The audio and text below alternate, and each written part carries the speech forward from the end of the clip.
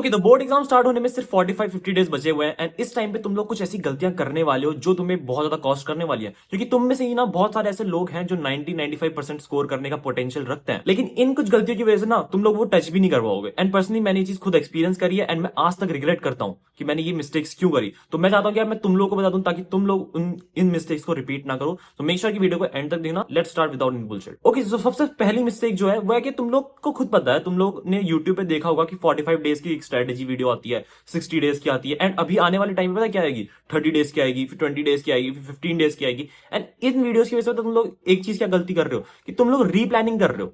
For example, एक video आई 30 days के आसपास की 0 से 100%। लास्ट 30 डेज में अगर तुमने कुछ भी नहीं पढ़ा है तब भी तुम लोग 90% स्कोर कर सकते हो। एंड तुम लोग ना पर्सनली इन टाइप की वीडियो से मैनिपुलेट हो जाओगे। कैसे कि अगर कोई लास्ट 30 डेज में 0 से स्टार्ट करके 90% ला सकता है तो मैं भी ये वीडियो देख लेता हूँ, क्योंकि मैंने तो हो सकता है 50%, 60%, 100% कर रखा है, तो मेरे लिए भी फायदेमंद होगी। लेकिन यहाँ पे तुम लोग गलती कर रहे हो, तुम लोग अपना मोमेंटम लूज कर रहे हो। मैं मजाक नहीं कर रहा हूँ, तुमने ऑलरेडी आज से 2-3 महीने पहले पढ़ना स्टार्ट कर दिया है, लेकिन इन वीडियो से तुम लोग को लग रहा है कि यार अगर ये सच में क्लेम कर रहे हैं तो मेरी भी थोड़ी बहुत हेल्पफुल होगी, क्योंकि मेरे को तो एक अर्ली स्टार्ट मिल चुकी है ऑलरेडी। बट अगर मैं ये वीडियो देखूंगा तो कोई एक ऐसा बच्चा भी ये वीडियो देख रहा है जो 0 से स्टार्ट करेगा एंड अगर उसकी हेल्प हो रही है तो मेरी भी हेल्प हो जाएगी थोड़ी। लेकिन यहाँ पे ना तुम अपनी खुद की ओरिजिनलिटी खो रहे हो। तो बार बार रीप्लानिंग करने की जरूरत नहीं है। बार बार अगर कोई ऐसी वीडियो आ रही है ना 30 डेज वाली प्लानिंग या फिर 45 डेज ऐसी वाली वीडियोस में बार बार बहुत सारी यूट्यूब वीडियोस को देख के अपनी एक स्ट्रेटेजी मत बनाने की कोशिश करो। लास्ट का टाइम में तुम अलग अलग स्ट्रेटेजीज पे स्टिक नहीं कर सकते हो। तुम लोग जिस मोमेंटम से पढ़ते हुए आ रहे हो ना बस उसी पे स्टिक करो। अदरवाइज अगर तुम लोगों ने बिल्कुल शुरू भी नहीं किया, अभी 0 पे हो तुम, तब तुम लोग उस टाइप की वीडियोस देखो और सीखो उनसे कुछ। लेकिन स्टिल अगर तुम ऑलरेडी मोमेंटम पे हो, तुमने 50% कंप्लीट करा है, मे बी 100% कंप्लीट करा है, तुमने रिवीजन नहीं करा है, तो बार बार रिपीट मत करो, क्योंकि वो 0 से प्लान बना रहे होंगे। तुम लोग अपने आप को ये चीज का मैनिपुलेट मत करो कि तुम 0 पे हो, तुम अपने आप को नीचे क्यों ढकेल रहे हो। ठीक है, तुम लोग को क्या करना है, तुम लोग को अपने मोमेंट पे स्टिक करना है, मिस्टेक्स एंड एडवाइसेस ऐसी लेनी है, लेकिन टोटल कंप्लीट वाली स्ट्रेटेजीज को फॉलो नहीं करना है। कि कोई 0 से अगर क्लेम कर रहा है कि 0 से तुम 100% पूरा सिलेबस कंप्लीट कर लोगे अगले 15 दिन में, 20 दिन में, तो इस चीज को अवॉइड करो। जो सेकंड मिस्टेक है वो है कि भाई तुम लोग को रिवीजन गलत तरीके से नहीं करना है। अब देखो लास्ट का टाइम है और इस टाइम पे रिवीजन सबसे ज्यादा जरूरी है। रिवीजन में तुम लोग क्या गलती कर रहे होगे, तुम लोग वन शॉट देख रहे हो ऑलरेडी। देखो तुम लोगों ने, हो सकता है तुम में से कुछ लोग हो जिन लोगों ने वन शॉट से ही स्टार्ट करा हो पढ़ना, कुछ लोग होंगे जिन लोगों ने लेक्चर्स देखे थे बट अब उस टीचर की वन शॉट्स आ रही है। अब यहाँ पे गलती क्या है, देखो तुम लोगों ने अगर वन शॉट्स को ही देखा है ऑलरेडी, ठीक है, उसका तुमने कॉन्सेप्ट क्लियर कर रखे हैं उसी से अपने सारे, तो रिवीजन के टाइम पे अगर तुम दोबारा से वन शॉट खोल रहे हो तो यहाँ पे गलती क्या हो रही है ना, मान लेते हैं कोई एक टीचर इमेजिन करते हैं जिसने तुम लोगों को पढ़ाया था, हो सकता है कि उस टीचर ने 100% की जगह 98% पढ़ाया हो। कोई 2-3 पॉइंट्स या फिर कुछ एग्जांपल्स हैं जो उसने मिस कर दिए थे। अब वो चीज तुमको नहीं पता कि तुम लोगों ने 100% नहीं पढ़ा, तुमको लग रहा है कि तुमने 100% सिलेबस पढ़ा था या फिर तुम पढ़ाई कर रहे थे, एक्चुअली में कॉन्सेप्ट क्लियर कर रहे थे, तुमने 100% पढ़ा था। लेकिन अब यहाँ पे उस टीचर ने या फिर उस वीडियो में 98% सिलेबस कंप्लीट था, कुछ 1-2 एग्जांपल्स, कुछ 1-2 पॉइंट्स ऐसे थे जो कि कवर नहीं हो पाए थे।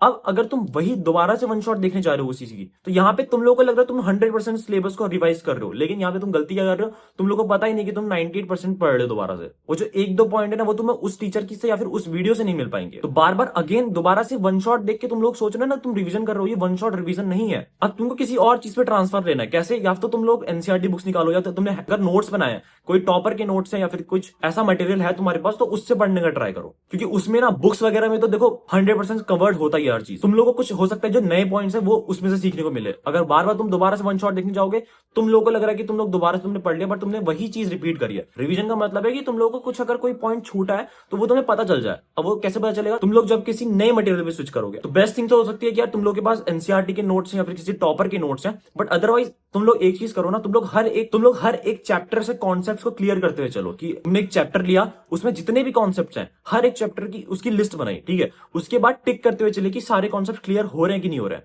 कितना तुमने पढ़ा है, कितना तुमने रिवीजन कर लिया। अब यहाँ पे तुम लोग को टाइम बहुत ज्यादा लग जाएगा। अब अगर तुम लोग मेरे से बोलोगे ना सजेस्ट करने के लिए, तो मैं तुम्हें बोलूंगा कि भाई अगर तुम लोग के पास टाइम ऑलरेडी कम है, इतनी लिस्ट बनाने से अच्छा तुम लोग कोई एक अच्छे मटेरियल पे इन्वेस्ट कर दो। पर्सनली मैं तुम्हें बताऊं तो एडुगार्ड का प्रयास पे तुम इन्वेस्ट कर सकते हो। प्रयास बेसिकली एक नया कॉन्सेप्ट है जो एडुगार्ड ने लॉन्च करा है। इसमें काफी सारी चीजें मैं तुम्हें दिखा देता हूं। सबसे पहला तो इस प्रयास वाले बैच में तुम लोगों को इस तरीके की एक बुक मिलेगी जो फाइनल रिवीजन में बहुत ज्यादा काम आने वाली है, क्योंकि इसमें तुम लोगों को मिलेंगे मोस्ट एक्सपेक्टेड क्वेश्चंस, ठीक है, एक पुल आउट वर्कशीट टाइप की चीजें मिलेंगी। अब इसमें हर पेज में ना एक चैप्टर कवर्ड है।